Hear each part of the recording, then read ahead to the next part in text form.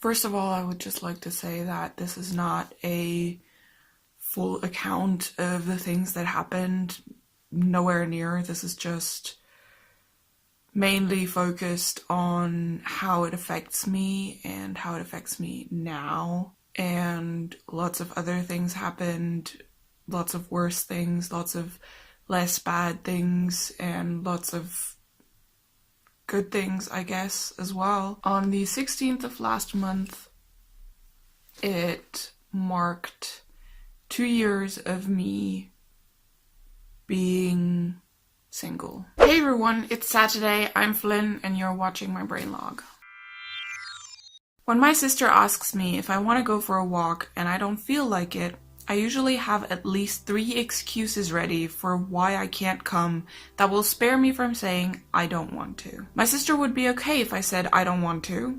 She definitely would be. But my brain still makes excuses. And if it makes weak excuses that are easy to see through, my sister will be hurt. My brain will interpret that hurt from my lying as disappointment in me as a person. This will result in me then running after her, full of guilt, trying to catch up to go for that walk anyway. Today I'm talking about manipulation and emotional abuse. If that is triggering to you, please click off. It's something that is hard for me to talk about because the behaviors I learned in that relationship are still very much engraved in my mind, so that I have to very carefully phrase this so the part of my brain that still obeys those rules won't have to feel painfully guilty about the off chance that my ex might see this someday and that feelings might get hurt. Because that's how my brain works. That's why I'm reading off my script rather than talking to the camera. I was in a monogamous relationship with someone for a long time. For more than 7 years, in fact. I felt happy and I thought I was the luckiest person alive and that no one could ever be better than us. I thought we were literal couple goals. Because that's what people would say. People would see us in public, in the schoolyard, being all romantic and cute, and they would tell us that. They would tell us how cute we were together and how impressive it was that we were together for so long, etc. Now, I'm not blaming any of these people, I want that to be clear, but they had no idea. They didn't know what was going on in private. The reason why they didn't know was because I'd learned that my relationship life was my and my partner's business only. I discussed it with no one except them. Because when I did, people would judge. People would judge my relationship and they would judge this person that I absolutely adored and I didn't want to hear it. So I stopped telling them. Except when alcohol got involved. When I drink, I get brutally honest. I will literally say anything I think, no matter the consequences. Back then, that would mean that when I drink, I would start telling people the things they would judge my ex for, which he would then judge me for. My ex would monitor the amount of alcohol I had, telling people that I couldn't handle much and that I would get really rude. No one's ever told me I was rude when under the influence of alcohol except my ex. The only thing that happens when I drink too much is that I will fall asleep. It's actually a very fancy mechanism that keeps me from getting drunk and or hungover. Like I said in my How to Be a Better You video, I never used to be a jealous person. I learned to be with my ex. Back then I thought that was just proof that our love was pure and true. Bullshit. I learned to be jealous because of the 5 times in 7 years that my ex had heavy crushes on other girls. Girls he would spend lots of time with. Girls he would in some cases end up kissing. Girls he would be heartbroken over and ask me for comfort. Girls he would dump me for. Twice. I've spoken about my ADHD on this channel multiple times, but back then I had no idea.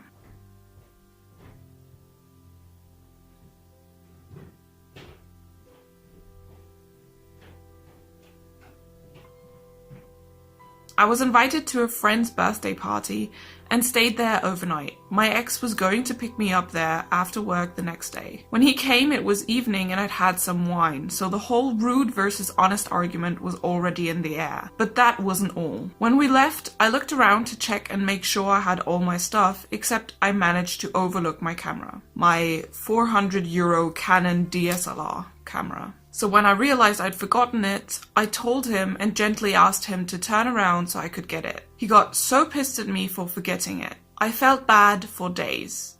Mostly because he kept reminding me of it. Lots of bad things happened in those 7 years that I don't want to go into at this point, simply because I don't feel strong enough to do so for now. But the thing that hurt me most, and the thing that opened my eyes, happened after we broke up. He broke up with me to be with someone else. He told me then that the reason he wanted to break up was because he felt alienated from me for the previous 3 weeks. That coincided with me telling him about the one crush I'd had while we were together, which I did not act on in any way. He essentially tried to put all the guilt and the blame for the breakup on me, when it was him who'd fallen for someone else months before. Someone he wanted to buy a ring for Christmas. Someone he'd had a date with the same evening he broke up with me. I told him about my crush on Christmas Eve, and on a particularly bad day of heartbreak, I went back to look at photos from that day and found that my sister had actually filmed parts of the evening where we were sitting at the table, me talking to him, and him just not listening and overall not giving a single damn fuck about what I was saying. That conversation happened 3 hours before I told him about the crush. That video saved me. I can never thank my sister enough for recording this, because it was the first thing that opened my eyes, and she doesn't even remember filming it. It's such a dumb thing, but I still have that video, and I will probably always keep it to remind myself that just because you choose not to see something, it doesn't mean it isn't there. Even if you don't know you're looking away, a different angle might help. I want to make it clear that I'm not trying to over-dramatize what I'm saying with the cracked voice and the tears. Not at all. I know that from an outsider's point of view, this probably doesn't sound like that big of a deal, maybe, but reading it and writing it just reminds me of so many other things that I won't go into. This is all I will say about this today.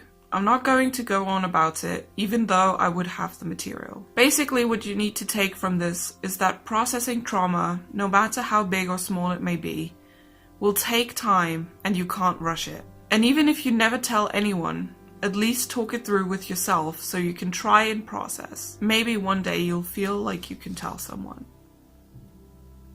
Take care.